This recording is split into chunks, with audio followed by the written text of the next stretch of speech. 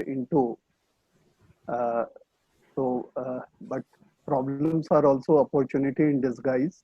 So it is heartening to see that our association is conducting lot of webinars, and we are updating our knowledge sitting at our residence. So the topics for today's discussion, that is penalty under 270 capital A. This is a replacement. We all know that it is a replacement of 271 1C, and another penalty under 271 capital AAD, which has been newly introduced by the Finance Act 2020.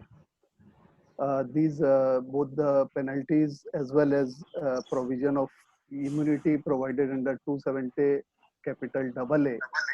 These are the important burning issues, and it is important that we uh, try to decipher the both are these all these provisions are comparatively this 271 AD has just come into force, and little bit of test of section 270 capital A we have seen while our assessments were framed for the assessment year 2017-18. So there we have seen the penalty under 270 capital A has been initiated. So both are new provisions. So I think that is the reason that lot of interest is being shown, and on a few occasions I had opportunity to deliberate upon this topic. So little bit of research I have done, and I will try to share my views on these newly introduced provisions of the Income Tax Act. Friends, we all know that the government is very much serious about imposition of penalties wherever there is some default or evasion of tax. Earlier, we had provision of 271 1C, and it was there.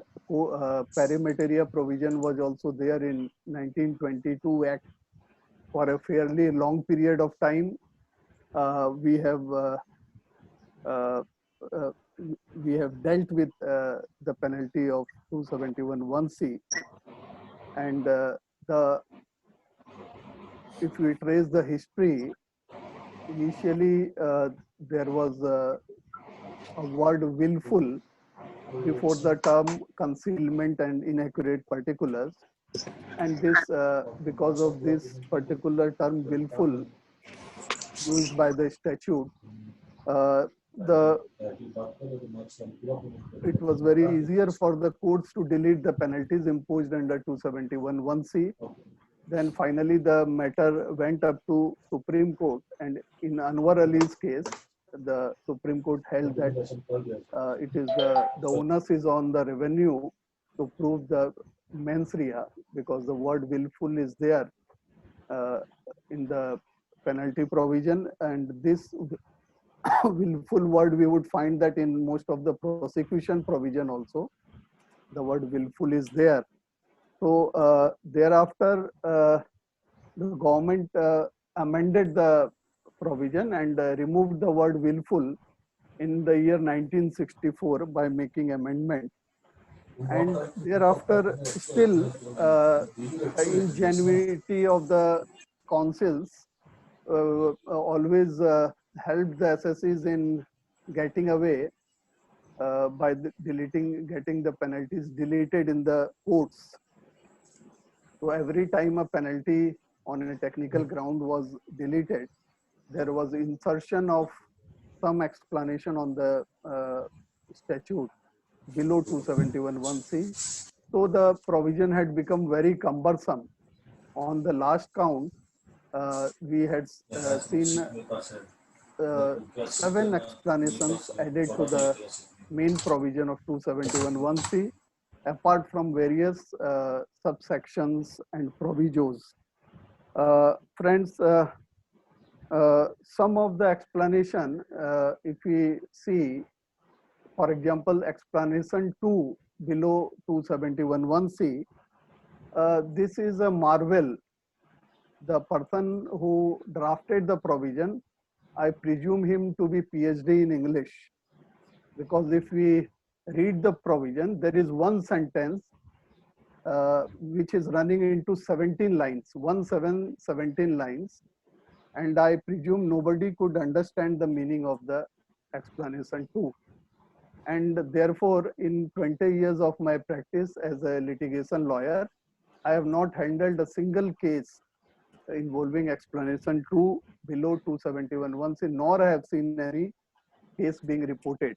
So such was the nature of penal provision for concealment inaccurate particulars, uh, for furnishing inaccurate particulars. Though, so I think the government thought that it has become too cumbersome, and now let us simplify the provision. So they decided to do away with 271(1)(c) and to I think the object was to number one, within inverted commas, to simplify the provision, and number two, to ensure a better success rate. Because under 271(1)(c), I beg your pardon.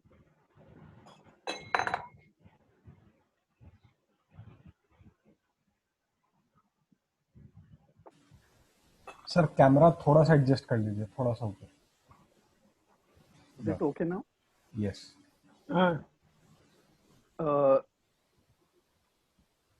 So the twin object, I think, was one to ensure a better success rate, and they must have thought that the various case laws, the law is almost settled in 271(1)(c), and it is very difficult to get the SSCs nailed under the said provision. So therefore, a brand new provision, and they have used entirely a new terminology. No more concealment word or inaccurate, because these words had been subject matter of interpretation, and now they have used the word like underreporting and misreporting of income. So they are thinking that by way of this introduction of new provision, now the government will able to punish the SSCs where the SSCs are falling within the four corners of the penalty provision. Now, the Finance Act 2016 has, with effect from assessment year 2017-18, has made two major changes. The changes are on two fronts. Number one, they have introduced subsection 7 to 271(1)(c) to provide that this provision will not be applicable with effect from 2017-18. The purpose, I think, to keep the provision on the statute book and not to omit it or repeal it, is that lot of pending proceedings are also there. And secondly, they simultaneously they have introduced section 270 capital A on the statute book to provide for penalty for underreporting and misreporting of income. Now they have used these two terms in place of concealment and furnishing of inaccurate particulars of income.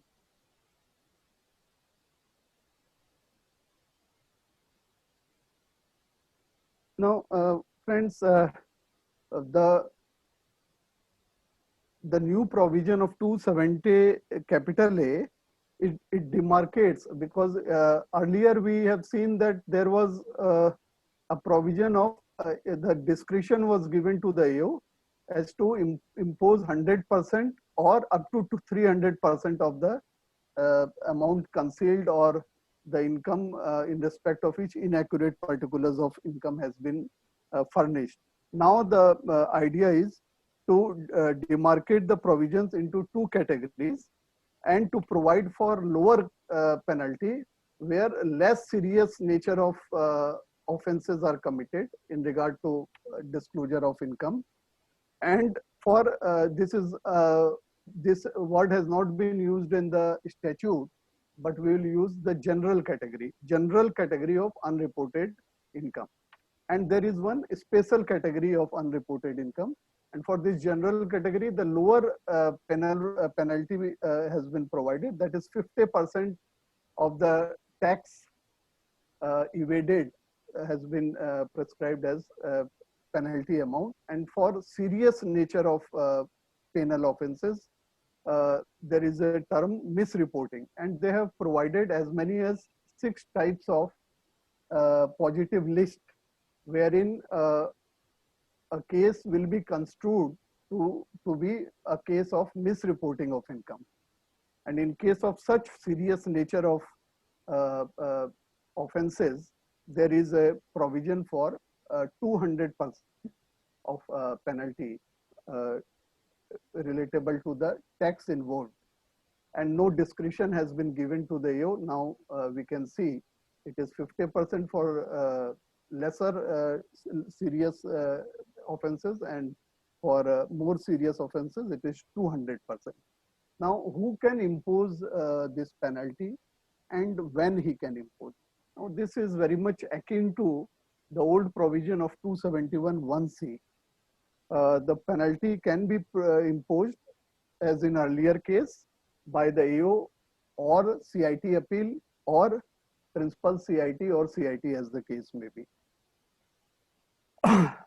And when it can be imposed in the course of any proceeding under the Act. And what is a proceeding relatable to penalties? The AO will impose penalty in relation to assessment proceeding, whereas CIT appeal can also impose penalty when appeal is pending before him, wherein he desires to enhance the income. This is nothing new. There is nothing new in this regard. The old system has been imported. And also CIT, principal CIT or CIT will be eligible to impose penalty in case of 263 proceeding. But in 260, whether he can impose penalty under 264 proceedings, the answer is no, because the provision provides that in 264 provision provides that CIT cannot pass any order prejudicial to the interest of assessee. That is subsection 1 provides that. Now, a very important aspect is how the penalty is required to be computed. Now, some complications are involved as far as computation aspect is concerned.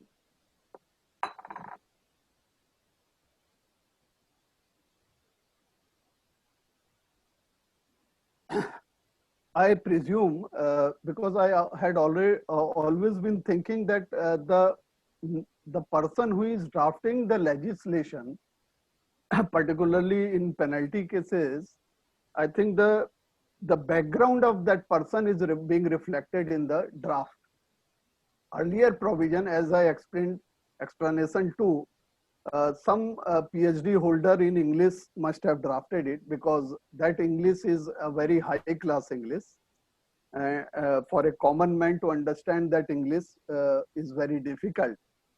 Similarly, this particular 270 capital A, I think some mathematician, some IRS officer, because I am told that in CBDT there is a cell manned by some very intelligent IRS officers.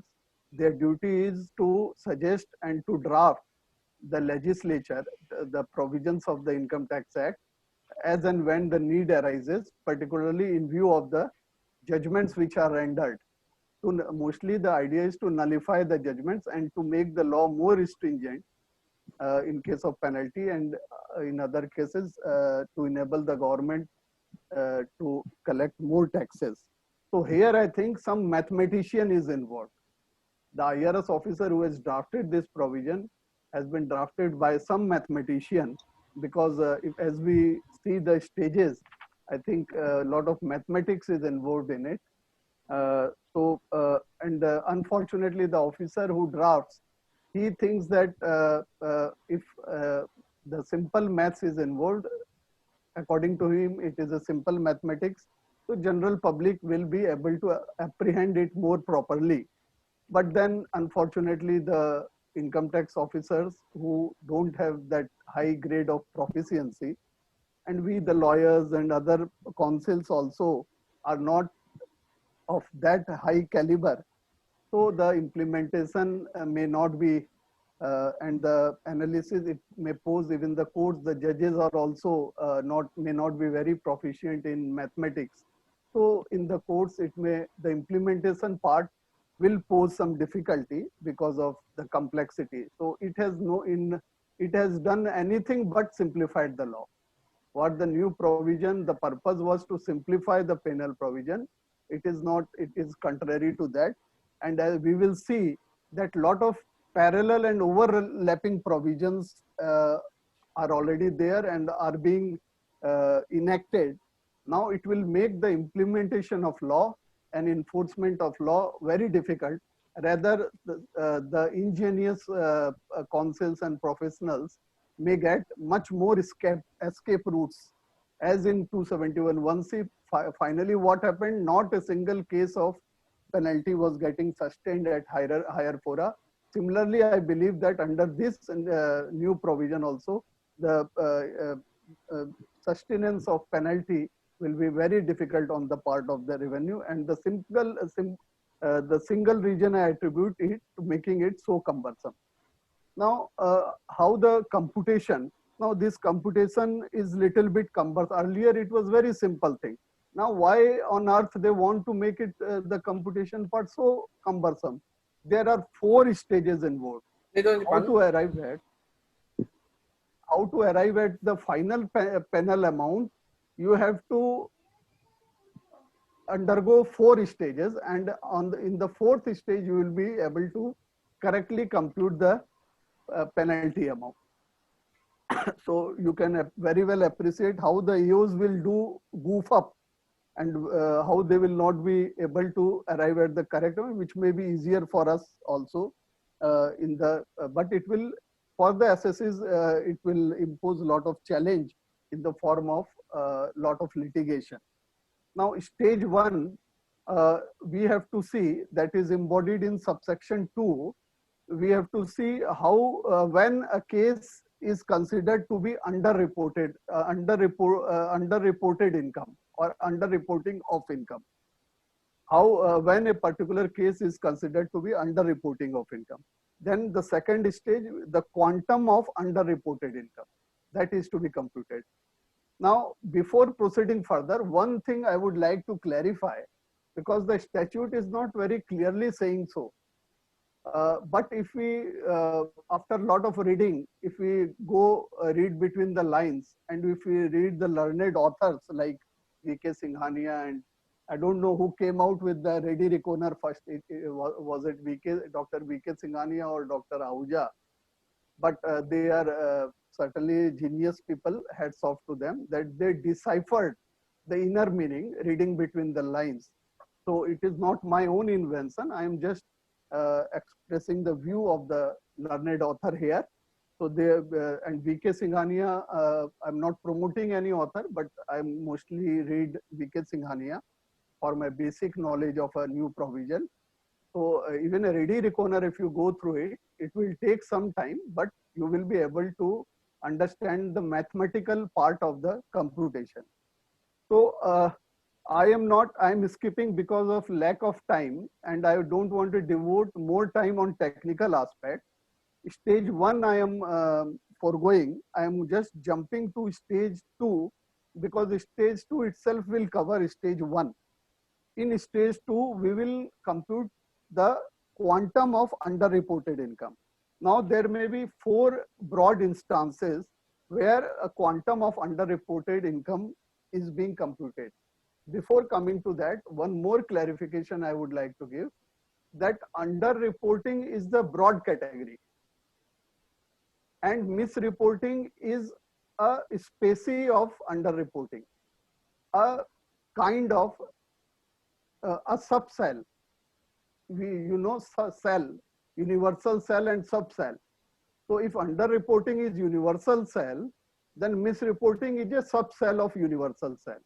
So the broad category is underreporting, then there is a general underreporting, then misreporting. So mathematically, how we will compute that? If X is underreporting, then X is equal to A plus B. That means A is general underreporting plus misreporting. So general underreporting plus misreporting together will constitute underreporting. So this formula we must keep in mind. This little bit of mathematics algebra you have to now apply in the income tax. And you never in our life we never had applied mathematics in income tax proceedings. Rather, people like me were running away from mathematics. But I am caught on the wrong foot. That now I have to again brush up my little bit of mathematics to understand the provision of penalty under 270 capital A. So now coming back to the stage 2 of computation of quantum of underreported income. Now there are 4 categories: when return of income is filed, when no return is filed, reassessment case, and loss case. So first, when return of income is filed, underreporting is computed as under. It is the difference between the amount of assessed income and processed income. Now, processed income means 143(1)(a) processing. Every return is processed under 143(1)(a). Thereafter, it is taken up for scrutiny under section 143(3). So, if your returned income was 5 lakh and it was processed at rupees 10 lakh, because some prima facie adjustments were done, some arithmetical errors were there. So, if it is 10 lakh and finally the income was 20 lakhs, then 20 lakhs minus 10 lakh is the underreported income. Not 10 lakhs minus 5 lakhs. Normally we presume that returned income over and above that is the concealment or underreporting of income. But there is a specialty in this provision. Logic I don't understand why they have done so. It is the difference between the income processed under 143(1)(a) and income assessed under 143(3). So if it is higher under 143(3), then only it will be a case of underreported income. That is why I escaped stage 1, because that inference we can draw from the computation part itself. Now, where there is no return of income filed, what will be the underreported income? The entire amount will be the underreported income in case of company and partnership firm, because there is no threshold limit. So if no return is filed and AO assesses the income at rupees 20 lakhs, the entire 20 lakhs in case of company or firm would be the underreported income. But what about the individuals, HUF and AOPs?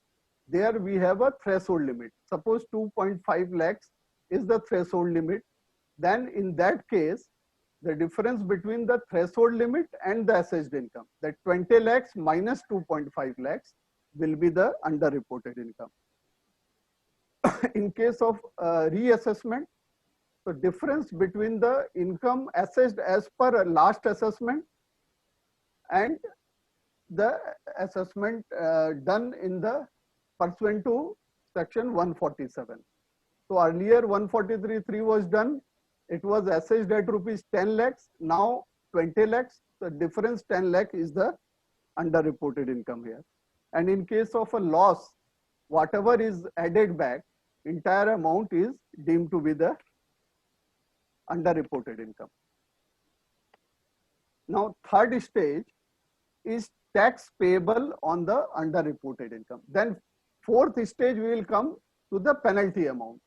First we have to determine tax payable on underreported. Why this additional stage we have to undertake? We have to, because as I said, underreported is general category. So first we have to ascertain what is the tax payable on underreported income. Then that tax amount we will bifurcate into general category and misreported income. And then on that basis we will compute the penalty amount. Now, tax payable of on unreported, underreported income is again computed under the 4 categories that we discussed, where return of income is filed, not filed, reassessment, loss case. So in the individual cases, we take up like this, where return of income is filed. It is the difference between the tax on assessed income and tax as per processed income. Tax as per 143(1)(a). Processing done, that difference. So suppose in processing done, tax determined is 20,000, and in final assessment, tax determined is 1 lakh. So difference 80,000 will be the amount of underreported income. Now, where no return of income is filed, it is tax on underreported income plus exemption limit. Now, where no return is filed, their indirect way they have to suffer a further penalty. They will not get advantage of the threshold limit. So, if say there is addition of there is a total addition of 10 lakhs, and there is a 2.5 lakh threshold limit, income exemption limit, then 2.5 plus 7.5, that is entire 10 lakh, you won't get any advantage of threshold limit. What from ready reckoner you directly compute what is the amount payable on 10 lakhs of underreported income. Entire amount will be the tax on underreported income. Now, similarly, we will compute reassessment case and loss case. Reassessment tax as per the revised computation in the order under 147, tax as per the earlier order under 143.3. That difference between the two taxes is the tax payable on underreported income. And in loss case, tax on underreported income is as if it is the total income. That is the entire amount of addition. On that amount, the tax will be computed. Because why they are imposing penalty in a loss case? Because there is a loss reduction, and as per return, the assessee is carrying, the law presumes that he is carrying forward the losses. So he will take advantage in future years. So that is why they are catching him at the first instance. Here only they will impose him penalty. And in MAT, there is a cumbersome mathematical formula, E minus F. This formula, actually I forgot in earlier case, while computing the quantum of underreported income, in all MAT cases, there was formula prescribed by the statute, A minus B plus C minus D. So A stands for assessed income, B stands for total income as per processed assessment, and C stands for book profit computed by the AO. D stands for book profit as per return of income. So I'm not elaborating, this is a little bit technical. This formula you can see, this is there in the law, in the statute, and even in the ready reckoner, Singhania ji has very nicely explained. If you want to work out the problem, how it is to be computed, you can refer the book. Similarly for MAT, though the formula is not prescribed, but some authors have, to make computation easier, they have prescribed the formula E minus F plus G minus H. The E is tax on assessed income, F is tax on income as per return of income. So I'm not elaborating on that. Now, fourth stage is the computation of penalty. Now, as I said, I repeat at the cost of repetition, I would say under general category, it is 50%. Under a special category, that is misreported reported income, it is 200%. Misreported income, friends, little later we will discuss.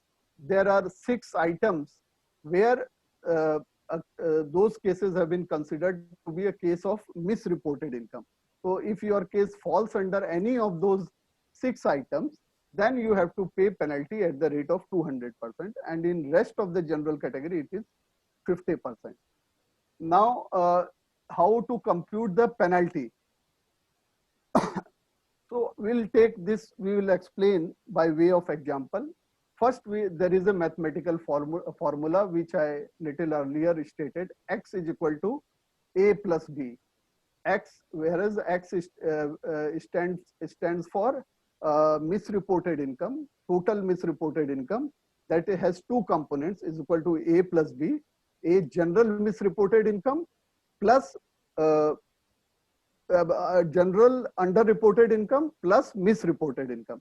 Now, for example, let us take 1 crore is the total underreported income. That is the addition made by the AO in the course of assessment proceeding. That is the difference between the assessed income and returned income. Let us assume that processed income is same as the returned income. So that difference is 1 crore. Now, under 1 crore, now we see there is addition in regard to misreporting of income to the tune of 10 lakhs. This I will explain by way of example. Suppose there are certain expenses which are not supported by any evidence. You have made some purchases, but you could not produce any bills before the income tax officer. Therefore, he will construe that 10 lakh of purchases to be a case of misreporting of income. And rest general addition, say there is a dispute, debate, legal debate, like employees provident fund, employers contribution to provident fund. Now that is a legal dispute. Now court cases are in favor of the assessee, but AO department go by the law. They have added back that amount. So 90 and similar other additions. So to the tune of 90 lakhs general category, 10 lakhs special category of misreporting of income because you could not furnish evidence of purchases. So 90 plus 10 is 100, that is 1 crore. Now what is the tax? Assuming this to be a company, and let us say 30% tax. So on 1 crore, 30% tax is 30 lakh rupees. Now how you will bifurcate into two? In the same ratio, 90 is to 10. So for misreporting, it will become, what will be the tax amount attributable to misreporting? Tax amount attributable to misreporting will be 3 lakhs, 10% of 30 lakhs. And tax amount attributable to general category will be 27 lakhs. So 27 plus 3 is equal to 30. Now equation is balanced. Total 30 lakh underreporting, tax attributable to underreported income. 27 lakhs is the tax attributable to general category of underreported income.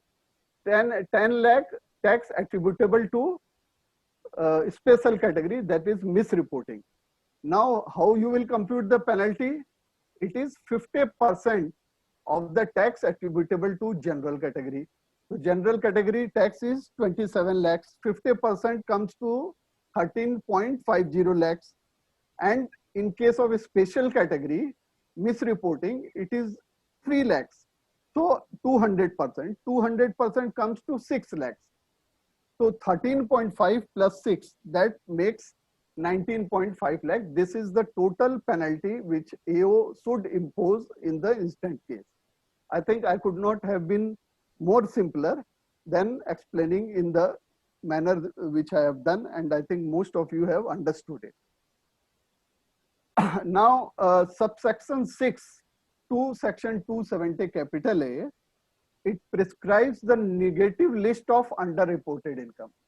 What do you mean by negative list of underreported income? It means that there are 5 categories. If your case falls under any of the 5 categories, there will be no penalty for underreporting of income.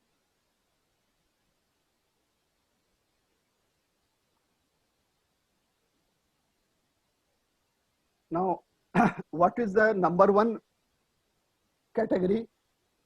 The assessee offers an explanation and the explanation is bona fide and the SSE has disclosed all material facts to substantiate the explanation.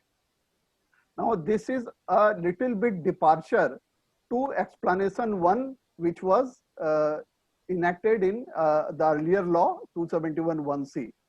That was more stringent, because there the SSE was required to substantiate the explanation or the bona fide of the explanation. So if you go by the plain reading of explanation, erstwhile explanation 1, then it was very difficult to, because if you could substantiate your explanation or bona fide of your explanation, you could have get away by not having your item income added back, suffering any addition to your income. You could have offered proper evidence and explanation. But gradually the courts had watered down explanation 1 itself, but now they have provided one of the SSE friendly provision, if there is any. This is the one where they have simplified the provision and said that SSE offers an explanation, and explanation is bona fide, and SSE has disclosed all material facts. Explanation is bona fide, that can be judged on the basis of preponderance of probability, surrounding circumstances. You need not substantiate it. Now that word has been removed. And if we can see how practical example I am giving, how it will simplify the thing. And with reference to a reported judgment, a very famous reported judgment of Honorable Supreme Court, and all of you must have heard this case, the case of PricewaterhouseCoopers, reported in 348 ITR 306. This was a case of provision for gratuity under section 40 capital A subsection 7. We all know provision for gratuity under this subsection cannot be allowed as deduction. So here PricewaterhouseCoopers, in the tax audit report, it was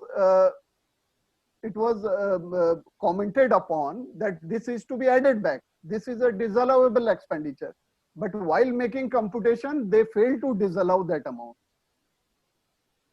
Now, the SSE, the courts, whenever the SSE approached the court went by the language of the explanation, that where is the SSE is able to prove the bona fide of the explanation, how he is substantiating it.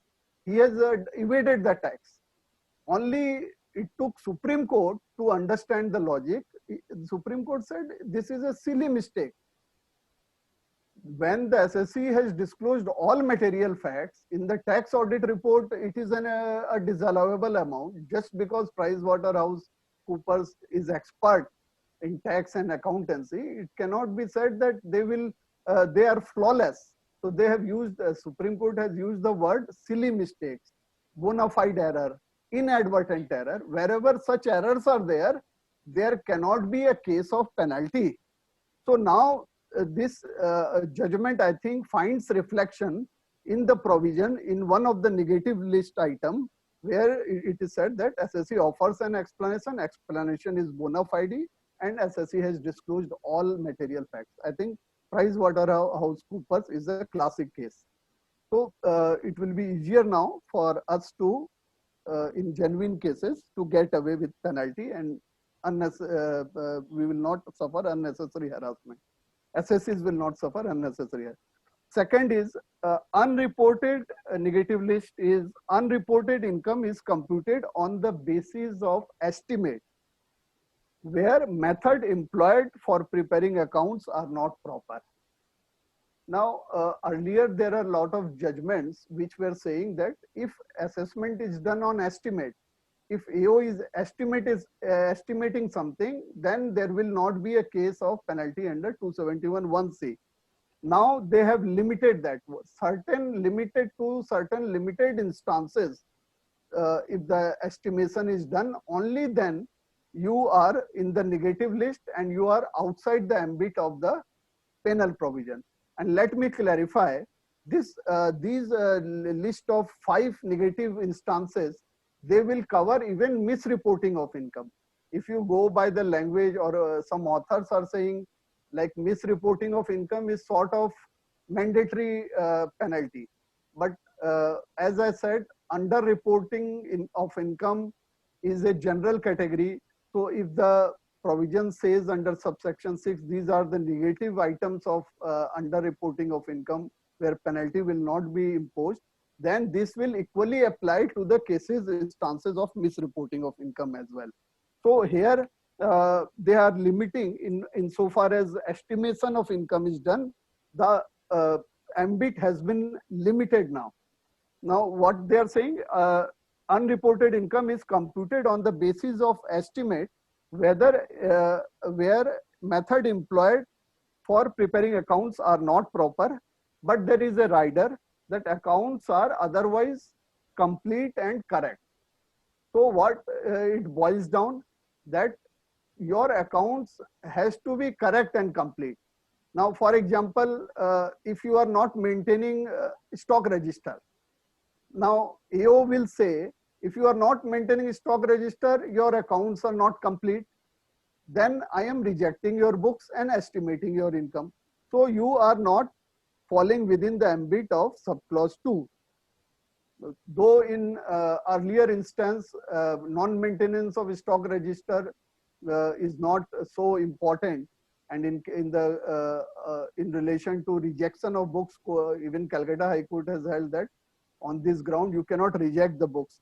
Now in future the litigation will emerge, and we will be arguing, still we will be taking help of those decisions. Here now they are saying, but if we look at section 145 subsection 3, there are 3 instances where books of accounts can be rejected and best judgment assessment can be done. Number 1, where accounts are not correct and complete. So where accounts are not correct and complete, you cannot take advantage of the negative list. And where method of accounting is not regularly followed by the SSE as prescribed. Now method of accounting, we know there are basically 2 methods, cash and mercantile method of accounting.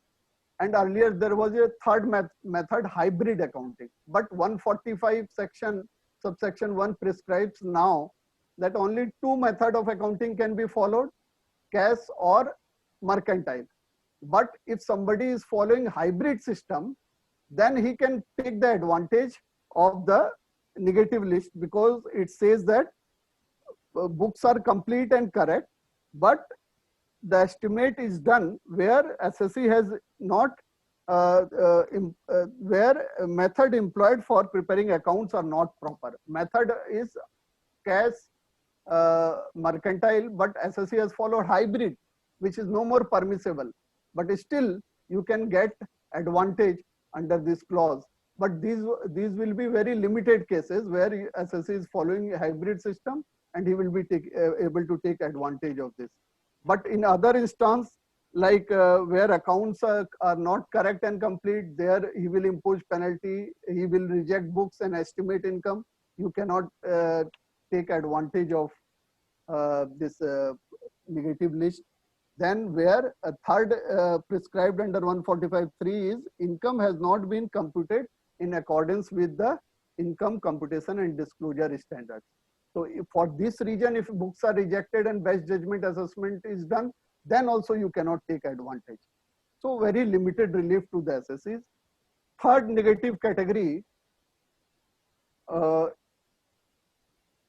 much time is left?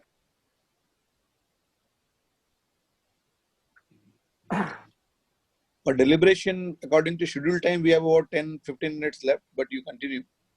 Okay. So I think it will take around 20-25 minutes, 20 minutes. Please continue. Okay? Please continue. Third category is of negative list is underreported income determined on the basis of estimate, where this is also again an estimate clause, where SSE has estimated the income or expenditure on his own and offered it to tax in the computation. But while making assessment, AO has made a higher estimation. Now, two examples I will give, which will make things clear beyond daylight. First instance is section 14A. Now, 14A, lot of SSCs I have seen, they suo moto are offering the estimated expenditure attributable to exempt income. They are not offering as per Rule 8D. Now, that estimate is rejected by the AO and he is adopting Rule 8D. So in my opinion, this is a classic case where the penalty will not be imposed. Number two, there is maybe a case where you are you have purchased a car and you are using it for your official purposes, but you also understand that part of the car you are using for personal use. So in the computation, you are offering entire expenses pertaining to car. Out of the entire expenses, 5% you are suo moto adding back to your computation. So if in the assessment made under 143.3, AO is enhancing that 5% to 20%. So this will not again be a case of penalty under 270 capital A. Fourth category is transfer pricing addition. So here it has been stated that addition made on the basis of arm's length price determined by the TPO. But penalty will not be imposed only if three conditions are satisfied. Records and documents are maintained as per section 92D of the Act, and the transactions have been declared in the return. Transfer pricing transactions have been declared in your return of income, and you have disclosed all material facts. Though you have not made any offer for taxation as per transfer pricing norms, but if AO is making the addition on the basis of TPO report, but you have satisfied these three conditions, then this will not be a case of penalty under 270 capital A. And fifth item is the undisclosed income in search cases. So, and rightly so, because search cases penalty provision is a separate provision under section 270 AAB. So they have excluded so that there is no double jeopardy to the SSC. Now, there are 6 instances of misreporting of income. That is under section subsection 9 of 270 capital A. I will explain each items. One is misrepresentation or suppression of facts. Now, what can be a classic instance of misrepresentation or suppression of facts? To my mind, there cannot be a better example than addition under section 40 capital A 3, where, and most of you are chartered accountants and you will visualize the situation. The SSC is saying that I have made all the payments by account pay checks. Like particularly I have seen in a lot of litigation has come in this regard, and particularly in case of leather exports, those who are buying leather, now they are paying by cash, but they are issuing account bearer checks.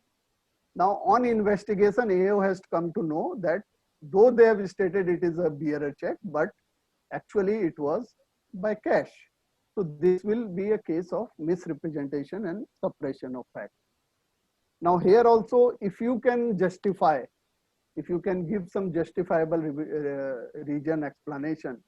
So as we discussed that in general category explanation, if some justifiable explanation is there, then you can get away with penalty. It is not mandatory. No penalty can be mandatory, and this penalty cannot be mandatory for simple reason that under subsection 1, the word may has been used. AO may impose penalty, and this penalty is also subject to section 274. Opportunity of hearing has to be given. So none of the, if this view is being spread that the misreporting of income cases, there you have to mandatorily pay penalty, is not correct. You can still file some justification if you can. For a shortage of time, I cannot elaborate much, but I could have given more instances and example of proper explanations. second instance is failure to record investments in books. Now, we know section 69, 69A, 69B. These are the sections dealing with failure to record the unrecorded investments. If you have, say you have purchased a house property, which is not being shown in your income tax return or in your balance sheet, then it will be a case of 69 addition. Now, that instance will be a case of misreporting of income. Now, here is a problem. Now, we have section 115 BBE, now which has come into force with by way of the Taxation Laws Amendment Act 2016. Now, for section 115 BBE addition, there is a special penal provision of 271 capital AAC, that is 10%, but itself 115 BBE, there is a this 60% tax plus 25% on 60% surcharge, that is 75%. On top of that, there is a penalty 271 AAC of 6%. Now that makes it 81%, then surcharge and other things. So for the same offense, we find that there are two provisions. One under 270 capital A, another under section 271 AAC. Now, what will be the scenario? Whether both the provisions can be applied? To my mind, both the provisions cannot be applied because 271 AAC is the special provision, and special generally a specialibus non derogant, that is the maxim, Latin maxim we use in income tax, which says that special provisions override the general provision. Now 115 BBE is in respect of certain special items of addition, and this penalty pertains to 115 BBE. Therefore, the penalty under 270 capital A, if imposed, normally because in 17-18 lot of assessment has been done. Normally, I think now AUs are more cautious, and I think there is some internal instructions also. The software, auto computation of software is also there. So because of that reason, I have not seen any instance of addition under 270 capital A in respect of section 68, 69, etc. But if by mistake, if such addition is done, we can easily get it quashed by saying that this is this case is covered by a special provision. Then another third instance of misreporting of income is claim of expenditure not substantiated by any evidence. Now this is very dangerous. In an assessment, there may be lot of expenditure where you cannot file any, submit any bills or invoices. Lot of purchases are being done through or an unorganized sector. Lot of expenditure like conveyance. Even if you are booking any rail ticket, the ticket has been taken away by the at the railway station by the TTE. So those evidences may not be there with you. So what will be the case? In that case, whether it will be a case of misreporting of income? No, I think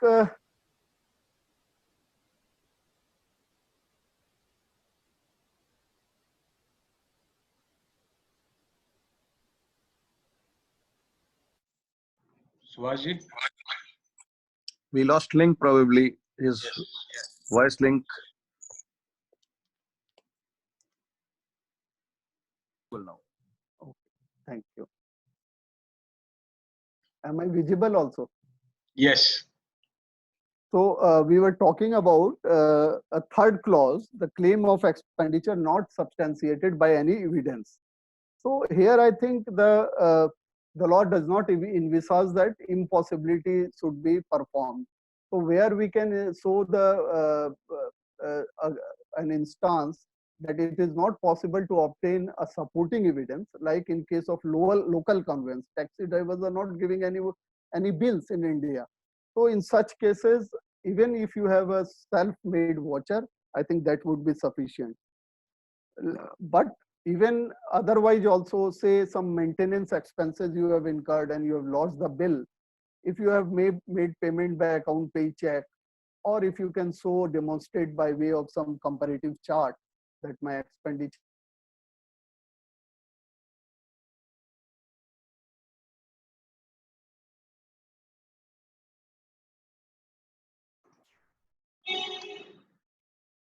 Subhash ji, oh my god. sir, continue. Okay. Now next case, again a little complication is involved.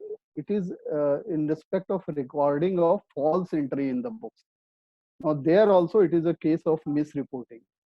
Now recording of false entry in the books, and another clause is failure to record any receipt having bearing on total income. Now similar provision has been enacted in the newly introduced provision of 271 AAD, which we are going to discuss a little later. Now there are overlapping provisions. There also with by the Finance Act 2020 with effect from 21-22, similar provision is there. Now how we will overcome this difficulty that for one single offense, multiple provisions are being enacted. Now this will create lot of litigation and confusion. However, I have my thinking very straightforward, and I will explain my viewpoint on this. Recording of false entry in the books may partake several categories. Now, there may be a bogus loan. Now, you have recorded a loan, a receipt of 1 lakh rupees as loan, which AO may say, no, it is bogus because the loan creditor is not traceable, or there is some survey proceeding and the loan creditor has admitted in the survey proceeding that this is the accommodation entry I have provided. Now, whether this will be a case of misreporting or not, on the face of it, as per the law, it is a case of misreporting, but you can wriggle out of the tight situation. These inputs, as per the experience I can provide in this webinar, wherever required, I am providing these inputs out of my experience, that bogus, if somebody is saying that I have given an accommodation entry, you can in that case ask for cross examination of that person, even in penalty proceeding. Now mostly it is seen that cross examination is demanded at the fag end, and the AO are not inclined to give you cross examination. In that case, you can always argue that I have given by account pay check, that person has given me loan confirmation signed by him, his source is proof, and what more is required. And my opportunity to cross examination was not given to me, so his statement has no evidentiary value. So maybe your addition has been confirmed, or you have not appealed against such addition, but penalty certainly is going to be quashed in the higher proceeding. And I would like to refer two judgments, one of Calcutta High Court, another of Bombay High Court, which you can note down, which were in respect of earlier 271(1)(c) proceeding, but will squarely apply in the instant case also. Sri Nirmal Commercial Limited, 308 ITR 406 Bombay. Then Ratan Lal Surekha, Calcutta High Court, 190 ITR 367. If you go through the facts of this case, even in some cases the parties were not traceable after a long lapse of time, but court went by the other evidences, and some parties even given the statement that they have given accommodation entry. So there also the penalty was dropped. So same will be the case here, because you are entitled to give explanation, and you will give in the explanation all these informations and evidences if not given earlier. Now another case of bogus purchases booked. Now bogus purchases booked may partake various characters. Some the bogus purchases may be in respect of GST, evasion of GST. So that is 270, in my humble opinion, 271 AAD. I am giving little insight on that provision also. Though plain reading of the two provisions will give you the impression that these are overlapping provisions. The same language has been used. But if you go by the memorandum explaining the provision of 271 AAD, that is for a limited purpose only. So the bogus purchases where there is no inference of GST evasion, in simple bogus where the parties are not found, you have purchased genuine through account paycheck, stock registers you have produced, but the party is not traceable. So in that case, AOs make addition under alleging bogus purchases, but there you can get away with penalty by saying that you have the party may not be, after a long lapse of time, may not be traceable. What can I do? I cannot keep the party uh, uh, confined to some place so that he is available for all time to come. But there you, at the same time, you must also see the difference. Some finer points differences are there. So the penalty has to be segregated according to the facts. Now there is a 69C, section 69C, which applies where purchases are out of the books, unrecorded purchases. That will be addition. Some purchases were found, say in case of survey, some records were found and it was seen that purchases are not recorded in your books. Now there, the penalty, which penalty will be imposed? The 270 is out of question, but there there may be a penalty under section 150, addition under 115 BBE, and the AAC penalty, 271 AAC penalty in that case may be imposed, because that is a special provision in regard to addition of 68 to 69C. So the facts will determine that penalty under which head is to be imposed. Now, failure to record any receipt having bearing on total income. Now, some sales you have kept it unrecorded.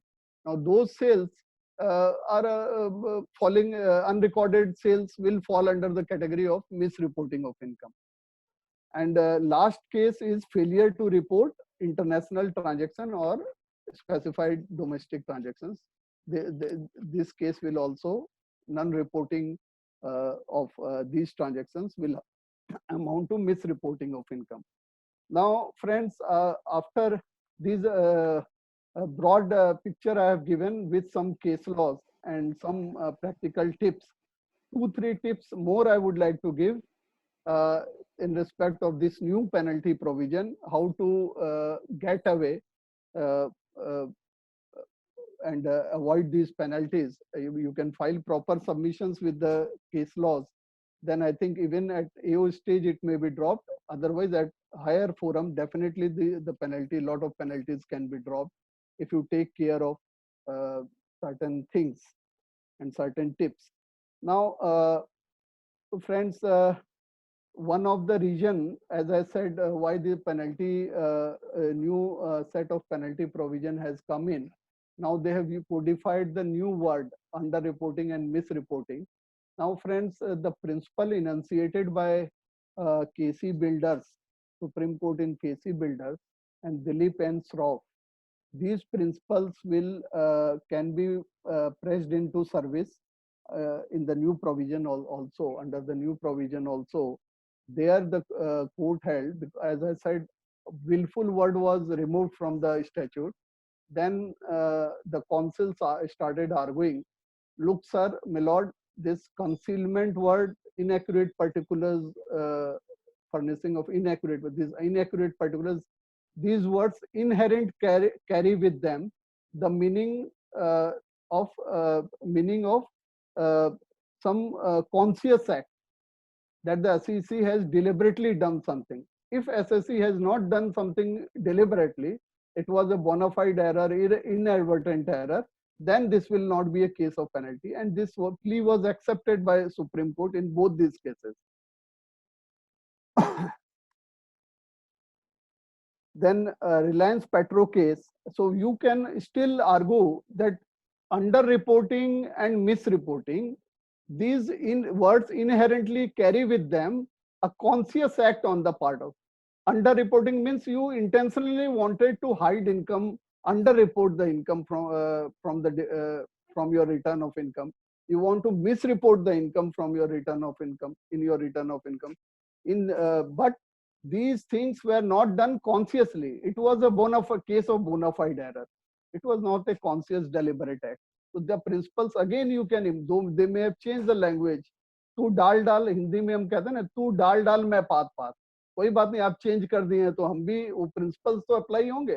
Supreme court ने जो lay down किया वो principles हम लगाएंगे. Reliance petro case. Reliance petro case में क्या कहता है सुप्रीम कोर्ट कि मेयर मेकिंग ऑफ क्लेम, आपने कोई रॉन्ग क्लेम कर लिया, गलती से आपको ठीक से नॉलेज नहीं था, रॉन्ग क्लेम कर लिया, तो उससे आपको पेनल्टी नहीं लगेगी. 14A का ये केस था, तो पेनल्टी ड्रॉप हुआ. तो ये बाद में बहुत सारे जजमेंट्स में अप्लाई करके पेनल्टी डिलीट हुई है. नॉन स्पेसिफिकेशन ऑफ चार्ज, ये हमारे टेबरीवाल जी का फेवरेट टॉपिक है, सब्जेक्ट है. ये सब technical point Tebriwal ji had been the leader. तो नॉन स्पेसिफिकेशन ऑफ चार्ज वाला जो है, इसके वजह से फाइनली ये हुआ कि एक पेनल्टी का केस भी जो है ट्रिब्यूनल तक आते आते नहीं टिका. लास्ट 5 साल में 271(1)(c का एक पेनल्टी का केस भी सस्टेन नहीं हुआ है. तो ये जो है इस प्रिंसिपल को हम क्यों नहीं इसमें भी अप्लाई करेंगे, क्योंकि आईटीओ लोग जब अब जो लास्ट 6 महीना में साल भर में जो ऑर्डर आए हैं उसमें हम देखते हैं कि वो नोटिस को प्रॉपर दे रहे हैं. 274 की जो नोटिस है वेदर कंसीलमेंट और इनएक्यूरेट, उसमें पूरा काट के एक चार्ज को स्पेसिफाई करने लगे हैं. वो तब करने हैं, तब तक वो लॉ चेंज हो गया. अब लॉ चेंज हो गया तो अभी वो आदतें तो इतना इंट्रिकेसीज में तो वो जाते नहीं है. लॉ बनाने वाला बहुत इंटेलिजेंट है, पर नीचे लेवल तक तो वो ट्रेनिंग जाती नहीं है. तो अब फिर वही गलती होगी कि मिस रिपोर्टिंग जो है वो स्पेसिफाई चार्ज आप नहीं करोगे. तो we can always take the plea. और वो जो जजमेंट्स हैं, कलकत्ता हाई कोर्ट भी आ गया, मुरारी मोहन कोले 18/7/2018 का. शायद मेरे पास तो रिपोर्ट कोई वो साइटेशन नहीं है, I have the full text. और पहले कर्नाटका हाई कोर्ट का था, मंजूनाथा एंड SSA अमिराल मेडोज. मंजूनाथा का साइटेशन है 359 ITR पेज 565. ये सब केस में कोर्ट्स ने कहा है कि यू हैव टू नोटिस में you have to specify the charge, otherwise the penalty is not sustainable in law. hurriedly we will cover this particular case of 270AA, the immunity provided under 270AA. ये immunity जो है on the face of it बहुत अच्छा लग रहा है, लेकिन I am doubtful as to how many people will be able to avail the immunity under 270 capital A double A. It provides that the immunity will be given if the specified conditions are fulfilled. Immunity can be given. I cannot say will be because it is not a mandatory. It is at the discretion of the AO whether to provide you immunity or not after you make an application. It will be he can provide immunity from 270 capital A and the prosecution. तो बहुत अच्छा है. हर आदमी सोचता है कि when I am caught on the wrong foot, SSC जो है कोई बहुत बड़ा ऐसा चक्कर में फंस गया है कि वो चाहता है कि, और ज्यादातर केसेस में आपका एसएससी आपसे बोलता है कि भाई ये मैं टैक्स मेरे को लड़ना नहीं है, लिटिगेशन करना नहीं है, आप टैक्स दे के पिंडा छुड़ाइए, दे दीजिए पूरा टैक्स. लेकिन आप उसको बोलते हैं भाई टैक्स आप दे दोगे, अपील नहीं करोगे, फिर तो पेनल्टी भी लग जाएगी और प्रोसिक्यूशन भी हो जाएगा. तो जबरदस्ती का एक लिटिगेशन टालना पड़ता है. तो अब ये एसएससी को आप बोल सकते हैं कि भाई आप इम्यूनिटी ले सकते हो, लेकिन इसकी कंडीशंस तो हम जान लें कि क्या कंडीशंस हैं. इसकी कंडीशन नंबर 1 ये है कि tax and interest as per notice of demand has to be paid within the prescribed period, entire amount. इसमें कोई पिक एंड चूज नहीं है. आपको एओ ने 10 हेड में एडिशन 1 करोड़ रुपए का किया है, तो इंटायर अमाउंट आपको टैक्स पेमेंट करना होगा and then you have to file an application. SSC second condition has not preferred an appeal before CIT appeal, and this is the most dangerous part, which will debar lot of majority of SSCs from availing the benefit of immunity. A case does not, the SSC's case does not relate to misreporting of income. मतलब आपका misreporting का case होते ही you are ineligible to avail the benefit of 270 capital AA. तो जो instance मैंने दिया था, suppose करिए 1 करोड़ का एडिशन हुआ, उसमें 10 लाख का मिस रिपोर्टिंग हुआ है, तो entire under report, general under reporting के केस में भी नहीं जा सकते, क्योंकि if you go by the form that has been prescribed 68, और इसकी जो लैंग्वेज पढ़ के मेरे को यही लग रहा है कि आप जो है इन एंटाइटी में जा सकते हैं और मिस रिपोर्टिंग होते यू आर इनएलिजिबल। और इसमें फिर भी कुछ मेरे दिमाग में कुछ एक इंस्टांस आते हैं जहां पर you can avail the provision immunity. जैसे कोई लीगल डिस्प्यूट हो रहा है, कोई सपोज करिए कि हाउस प्रॉपर्टी का इनकम है और एसएससी ने, किसी अकाउंटेंट ने उसको गलत एडवाइस दिया कि भाई आप इसको जो है बिजनेस में कर लीजिए और खर्चे सब बाद मिल जाएंगे, तो उसने बिजनेस साइड में दिया, पर बाद में जब आपके पास आया तो आप बोले भाई हाउस प्रॉपर्टी तो chargeable under the head house property, हर साल का ये लफड़ा रहेगा, इससे बढ़िया है कि आप जो है मान ही लो हाउस प्रॉपर्टी है।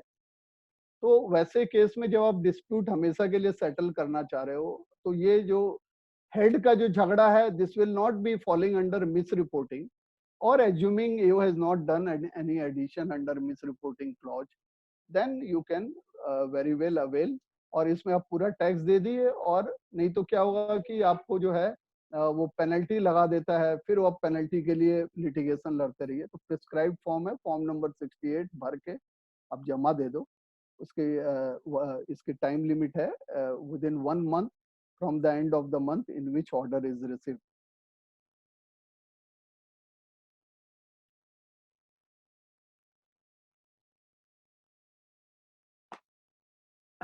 Now I am coming to the last topic of today's deliberation, 271 AAD. Now this is again falling under chapter 21 of the Income Tax Act. So before this penalty provision was brought in, there were already 35 penal provisions in the Income Tax Act, and this has become 36th provision in the Income Tax Act, and is applicable from the assessment year 21-22. Now ये क्या बोलता है ये provision? Provision बोलता है कि without prejudice to any other provisions of the Act, if during the proceeding under the Act it is found that the books of accounts maintained by any person there is a false entry or an omission of any entry which is relevant for the computation of total income of such person to evade tax liability, then what will happen? मतलब ये same language है जो हमने miss reporting के clause में देखा, the false entry, omission of any entry which has a bearing on the computation of income. माने आप एंट्री ही फॉल्स नहीं करते, ऐसा भी है कि आप एंट्री को ओमिट किया, अपने परचेजेस जैसे है उसको ओमिट किया, वो केस भी इसके अंदर फॉल करेगा। उस केस में very stringent penalty has been prescribed, 100% of the false entry और ओमिटेड एंट्री।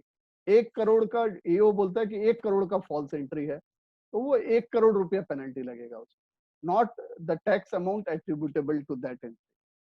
नाउ इसको डिफाइन भी किया है इन्होंने कि what is a false entry.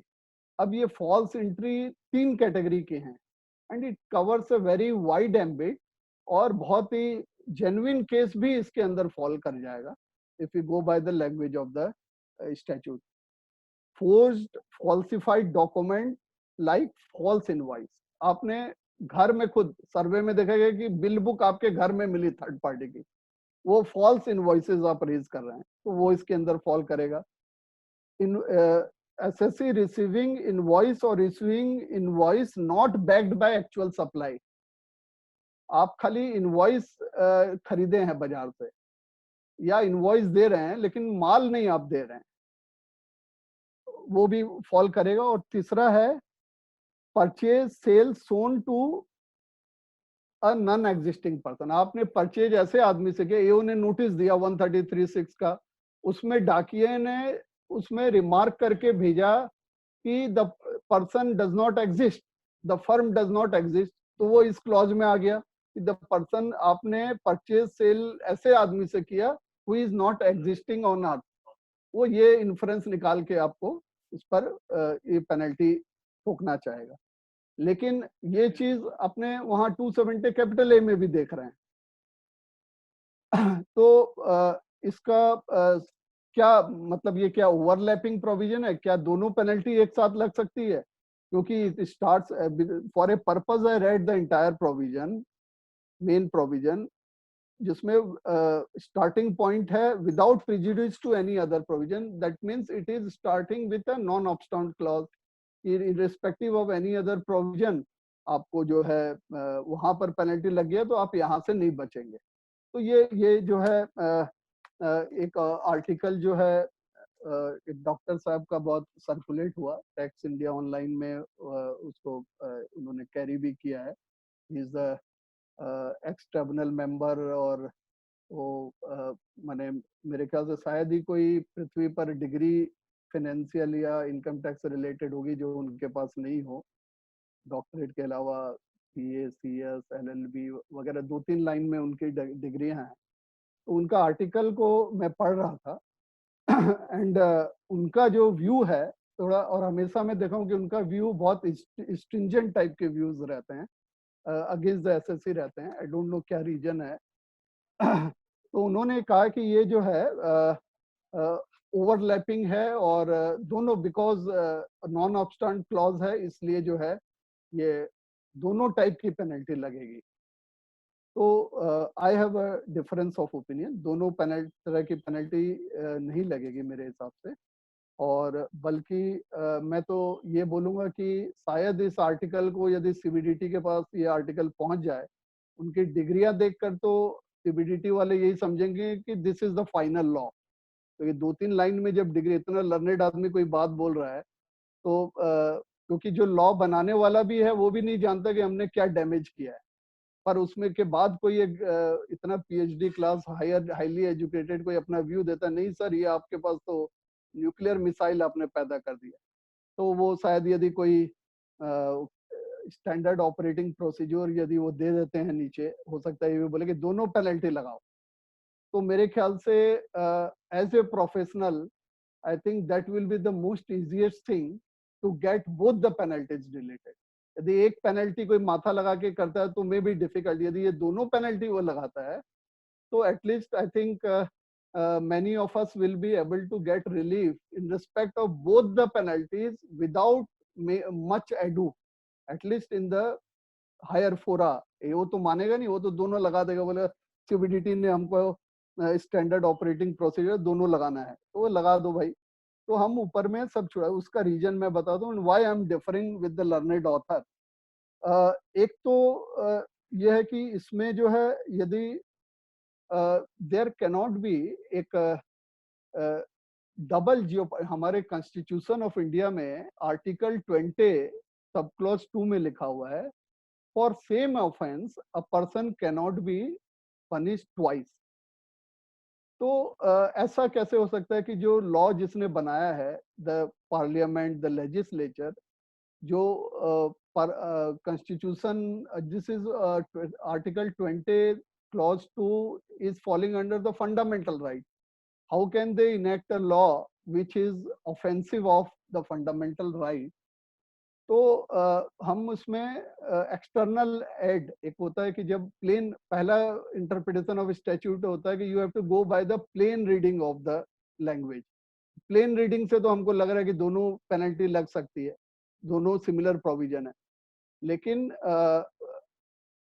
ये जो जब यहाँ पर कंफ्यूजन हो रहा है कि how can a penal provision, two penalty be imposed for a same offence, यदि ऐसा होता है तो वो कॉन्स्टिट्यूशन को वायलेट करता है। तो उसको सॉल्व करने के लिए we have to see the memorandum and notes on clauses by which this provision was enacted. तो ये 271 AD का जब मेमोरेंडम एक्सप्लेनिंग द प्रोविजन हम पढ़ते हैं, जो बजट अभी जो हाल फिलहाल आया 2020 बजट जो आया, उसमें हम देखते हैं कि इसमें इन्होंने स्पेसिफिक लिखा है कि बहुत जीएसटी का बहुत ज्यादा फ्रॉड हो रहा है जब से ये लॉ आई है। लोग जो है जीएसटी इनपुट लेने के लिए फॉल्स इनवॉइस ले रहे हैं और इनवॉइस का लेन देन करते हैं। तो वैसा कोई फाइंडिंग यदि ये वो देता है या जीएसटी वालों ने कोई रेड करके वैसा कुछ इंसा है और वैसा केस आया है, मेरा व्यू यही बनता है कि 271 AD उसी केस में इम्पोज होगा, ना कि सेक्शन 270 कैपिटल ए। अब सपोज करिए एओ ने दोनों पेनल्टी लगा दी, तो how can we get rid of both the penalties? It will be very easier to get rid of both penalties. आपका दोनों पेनल्टी लग गया तो आप ये जो लॉ एंड प्रैक्टिस किताबों में लिखा होता है, law and practice of income tax, तो लॉ तो बता देते हैं, प्रैक्टिस जो है हम जो थोड़ा बहुत एक्सपीरियंस से सीखते हैं वो प्रैक्टिस है, वो किताबों में नहीं मिलती। तो आप कैसे ये दोनों पेनल्टी से how you can get rid of both the penalties? आपका यदि दोनों पेनल्टी इम्पोज हुआ है तो आप ये इंश्योर करें कि पहले हम पेनल्टी अंडर 270 कैपिटल ए की हियरिंग लगाएं सीआईटी अपील के पास। यदि 271 AD का आता है तो उसका एडजॉर्नमेंट लेते रहिए। 270 कैपिटल ए में की पेनल्टी में आप जाके क्या बोलेंगे, उसमें you refer two clause 11 of 270 capital A subsection 11 क्या बोलता है, नो एडिशन और disallowance shall form the basis of penalty under this provision if it has formed the basis of imposition of penalty in case of the person for same or any other assessment. Same addition, यदि if it is the basis of penalty some other penalty for the same assessment here, तो 270 capital A नहीं लगेगा। तो सबसे पहले तो ये clause दिखाते ही आपकी पेनल्टी 270 कैपिटल ए उड़ गई, और उसके बाद जब है 1-2 महीना बाद फिर वो फिक्स करवाइए 270 AD। वहां आप बोलेंगे कि सर ये जो है ये स्पेशल प्रोविजन है, इस प्रोविजन का जो मेमोरेंडम है और ये जो इवन आपका, मैं ये आपको बता दूं, एक कलकत्ता ट्रिब्यूनल में ये आर्गुमेंट हुआ था। इसमें प्रमोद कुमार जी हमारे मेंबर उस समय थे, फर्स्ट जब राउंड में वो कलकत्ता आए थे। तो ये और इसमें काउंसिल जो अपीयर हुई थी वो हमारी बहुत परिचित हैं, उनका नाम है नीलिमा जोशी। वो केस है टीटागढ़ स्टील लिमिटेड 79 ITD 532। इसमें this was a case relating to penalty under 221(1) and 271 capital C. TDS का डिफॉल्ट यदि आप देखें तो उसमें कई पेनल्टी और कई टाइप के एडिशंस वगैरह प्रिस्क्राइब किए हुए हैं। तो इसमें the very beautiful order authored by Pramod Kumar ji, wherein he has referred to the constitutional provision, double jeopardy provision also, and said that this 221 is the general। उसमें 221 में पेनल्टी लगा दिया था टीडीएस डिफॉल्ट के लिए, तो बोले ये जनरल प्रोविजन है और ये डिफॉल्ट के लिए स्पेसिफिक प्रोविजन है 271 कैपिटल सी। तो the general provision can not override special provision. तो 221 में ये जो पेनल्टी है इसी ग्राउंड पर हम क्वेश्चन करते हैं। तो सेम दिस इस टाइप के और भी बहुत जजमेंट आपको मिल जाएंगे जिसमें principle of double jeopardy has been adopted in income tax proceeding. तो आप 271 AD से भी यू कैन गेट रीड, ये दोनों इम्पोज करता है तो दोनों पेनल्टी आपकी इजीली खत्म हो सकती है। तो friends, now we are coming to an end of the discussion. तो entire in to sum up the क्या होता है कि गवर्नमेंट जो है when they want to make the law more stringent, when they want to eat more than what they can chew, तो इस तरह की बहुत सारी लूप होल्स क्रिएट होती हैं। तो लेकिन unfortunately for the citizens, for the common man, for the taxpayers, it will create more litigation, more hardship. But for यहाँ पर हम जो प्रोफेशनल लोग बैठे हुए हैं, it will create more professional opportunity. With these words, I put to rest my deliberation, today's deliberation. If you have any queries, then I will be glad to answer to those queries. Mr. Pradeep Kapoor raised his hand in the beginning. Does he have a question? Mr. Pradeep Kapoor. And even Mr. Vikash Bagla raised his hand. जी sir. Mr. Bagla, Mr. Kapoor, are you connected? Hello. Yes. Hello. Mr. Yes, you are Kapoor is audible. audible. Mr. Kapoor, you आपने हाथ उठाया था कपूर जी, कुछ पूछना नहीं, चाहते हैं? नहीं, at the end I just wanted to know, because there are two clauses in 271 double AD. He has explained the first provision, and second provision I think he missed it, because in that provision I think it is written that suppose the person who is also involved, like who has हाँ, the guided middleman. the middleman and the third Middleman person, who I is think involved, he can also be hauled up. he can also be for the same हाँ, penalty the two तो persons can be. Sir बात यह है कि already I am running out of time, नहीं, तो नहीं, ठीक हमने है. शायद अर्लियर प्रोविजंस में ज्यादा टाइम डिवोट कर दिया, तो I miss this particular part. I am sorry for that, but you have very rightly pointed out that even those Yes. who are cheating, the middlemen, those Yes. are also covered under this. In that case, suppose chartered accountant and anybody may have helped him, so he may also be in a trouble and in a soup. Correct, This is जो one. कि 270 capital A में नहीं है, लेकिन यहाँ पर वो एक इसमें सेकंड क्लॉज में वो प्रदीप जी ऐसी बताइए, चार्टर्ड अकाउंटेंट हेल्प कर दिया है क्वेश्चन में, what is meant by helping in the sense if introduce getting it's very difficult to correlate है ना, unless and until there is a corroborative evidence कि हाँ the entire है ना सब है, otherwise तो ये प्रूफ करना एओ के लिए. हाँ, ये भी कह रहा, मैं ये कहना चाह रहा हूँ. Sanjay ji, I think Pradeep ji had to supplement. Now we'll go to Anand ji. Anand ji has raised his hand. Anand ji, please speak on. Sir, Subhash ji तो पहले ही मेरा नाम लेकर के अपना पत्ता झाड़ दिया कि वो डिफेक्टिव नोटिस को जो है 271(1) में चलेगी, तो आनंद जी सर कलकत्ता में तो पहला बार शुरुआत करने वाले आते हैं. आप ये बताइए कि whether that defective notice can be used for this 270A also, and if it is, then how it can be used? Sir जैसे misreporting is a special category, और सो कॉज नोटिस में if AO is not specifically invoking this particular clause, और खाली वो general बोलता है कि under reporting 270 क्यों, why the penalty under 270 capital A for under reporting is not initiated, या क्यों नहीं इम्पोज किया जाए, ऐसा कुछ लिखता है. तो मिस रिपोर्टिंग जो है स्पेशल कैटेगरी है, तो specific charge has to be specified in the notice. जो जजमेंट्स जो आए हैं आपके कर्नाटका हाई कोर्ट और में जो 2 जजमेंट हैं, जो पढ़ने से वो यही इन्फ्रेंस निकलता है कि it is a quasi criminal proceeding and SSC should be made aware of the specific charge कि किस लिए ये पेनल्टी इम्पोज करी जा सकती. और sir you are the better person, we want to you to fine tune the arguments, और हम लोग पीछे से बैठ के उसमें नोट करेंगे और बाद में हम लोग वही आर्गुमेंट को जो है अप्लाई करेंगे.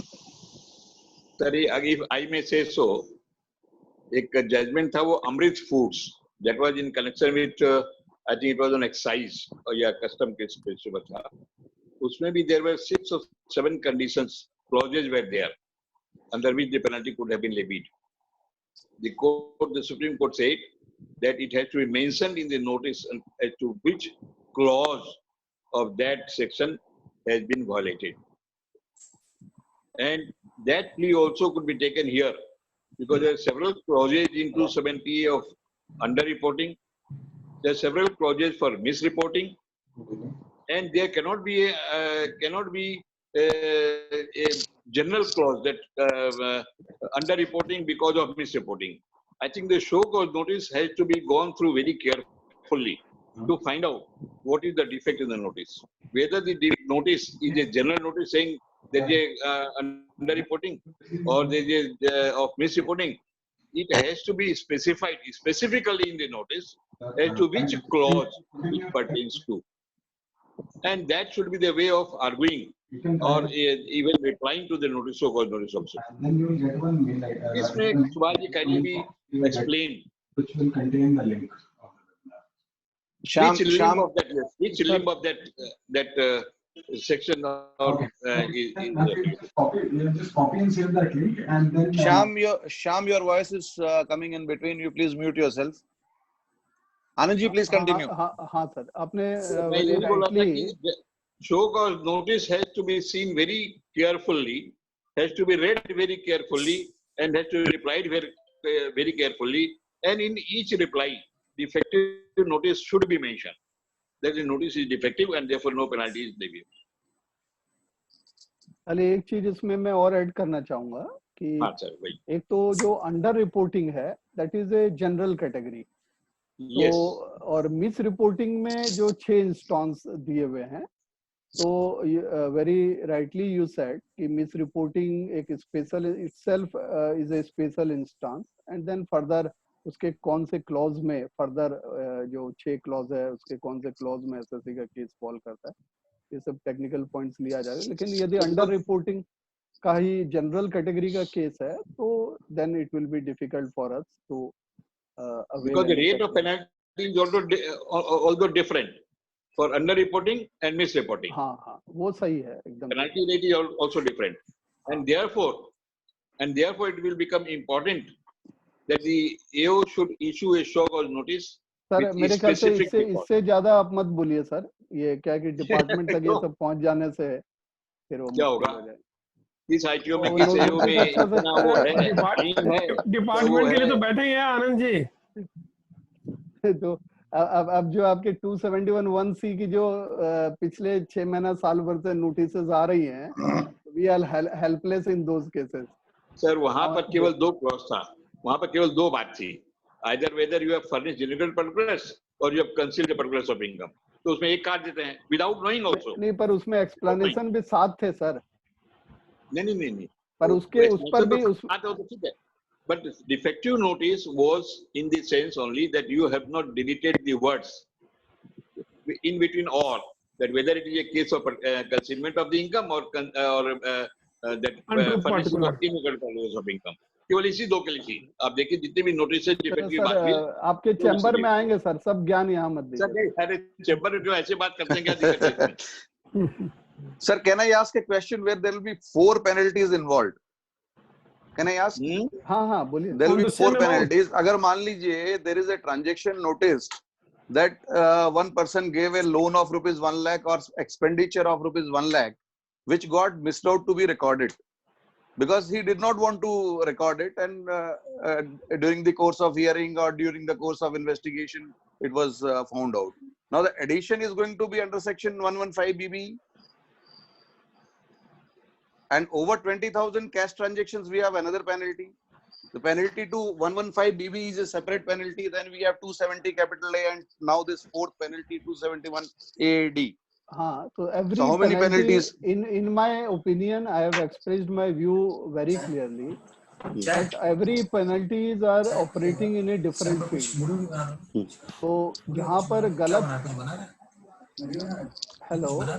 Yes, I am hearing. Sanjay ji, please. Sanjay. So every penalty is operating in a different field. सबका अलग पर्पस है. और जहाँ गलत penalty impose हुआ तो there will be no difficulty in getting it quashed. But 271 AAD तो होगा ही ना, because it is saying non-absent clause के साथ शुरू हो रहा है. नहीं मैंने आपको सर एक्सप्लेन किया. नहीं आपने बताया, but they can invoke as many penalties as they can. May I add something? Yes sir. Actually, in my opinion, the penalty which is related to addition in income,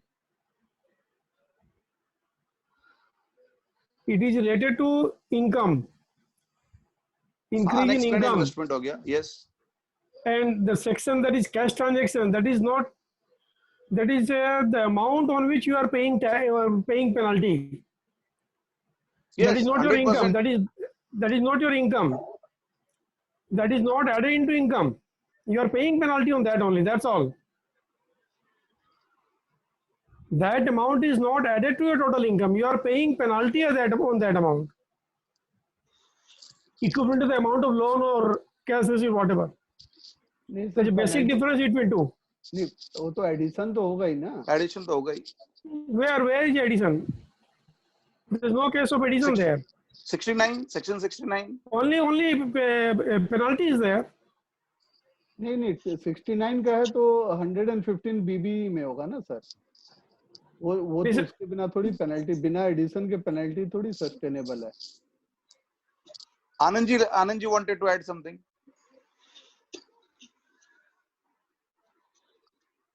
आपका purchases unrecorded है 115 बीबी, आपका investment unrecorded है 115 बीबी, तो specific provision है ही। वो addition भी होगा, उसके बाद वो पेनल्टी इनिशिएट करेगा। It has to be in the course of any proceeding. तो और ये जजमेंट्स, बहुत सारे जजमेंट्स हैं, उसमें ये बोला गया कि यदि क्वांटम टिका ही नहीं, वो एडिशन डिलीट हो गया, तो पेनल्टी तो अपने आप उड़ जाती है। तो यदि कोई एडिशन नहीं करके पेनल्टी लगाता है तो वो पेनल्टी वैसे ही उड़ जाएगी। You cannot create tax.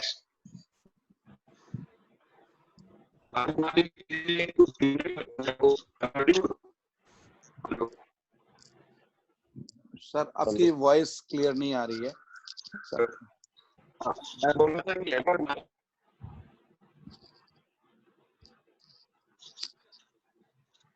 Audible नहीं। हाँ अग्रवाल जी, मैं जो बोल रहा हूँ उसमें आपको कॉन्ट्ररी व्यू है तो बताइए। नहीं वो ठीक है, मैं बोल रहा था वो कैश लोन के बारे में। जी सर। 269 हाँ वो तो उसका तो एडिशन से कोई मतलब नहीं। हाँ मैं उसको रिलेट कर रहा हूँ। हाँ वो नहीं, वो उसका कोई मतलब नहीं, वो तो इंडिपेंडेंट। और कोई क्वेरी है sir? I have sent one question in chat box, Subhas. Yes, you have sent that representation should be made. I have read that. No, I have sent to Subhas only that question. I'll read it out.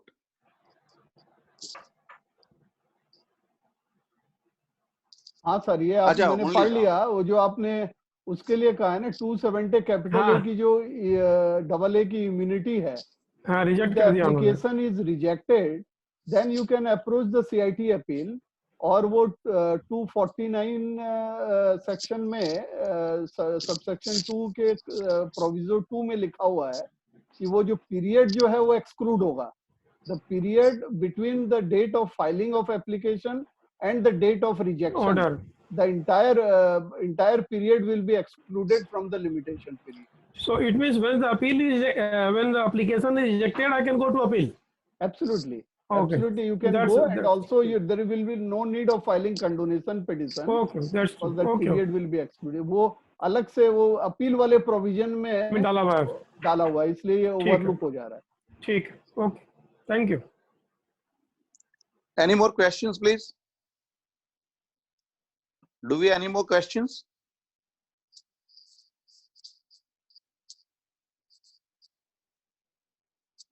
Sham, are we connected? We are connected, Sham? sir. Yes, we are connected. Okay. Do we any other question? Any raise of hands? No, right now I'm not able to see. So before concluding the session, I'll just like to mention that we have changed the security settings of our Zoom webinar. And let me just brief that today we had one person reported without his name. I'll request that gentleman, I have personally requested that gentleman on his chat box to next time enter with proper name. And today we admitted a few people after the link was gone because we identified them. In fact, once Anandji, maybe his connection was disconnected, Sanjay Bajuriji got disconnected. So henceforth, we will be definitely admitting later on also, because in the WhatsApp group also there was a lot of apprehension then if somebody leaves by mistake or by chance due to networking issues. So we do not mean that he will not be admitted.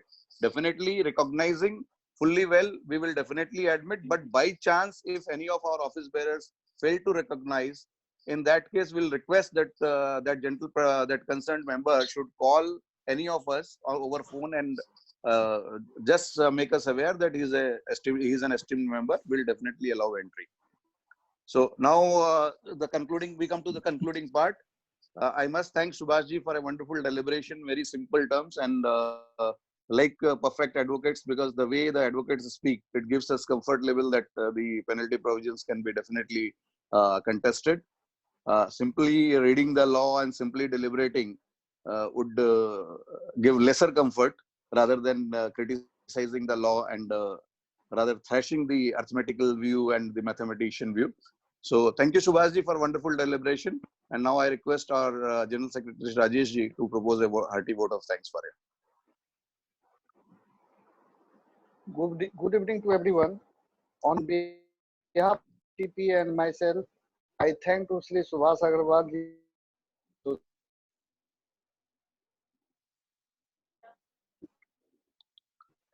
Rajesh, you are not audible, Rajesh. Sham, please do the needful. Sham, you please propose a vote of thanks. Rajesh is not audible today. Okay. I would like to thank Subhash ji for his wonderful deliberation, and we'd like also to thank all the participants who come in great numbers and supported our new Zoom security features. Hope everyone is now comfortable coming on Zoom, and we'll continue to strive more about the security settings and bring in more webinars for you all. Thank you all. Thank you very much. Thank you, everybody. We disperse now. Thank you. Thank you.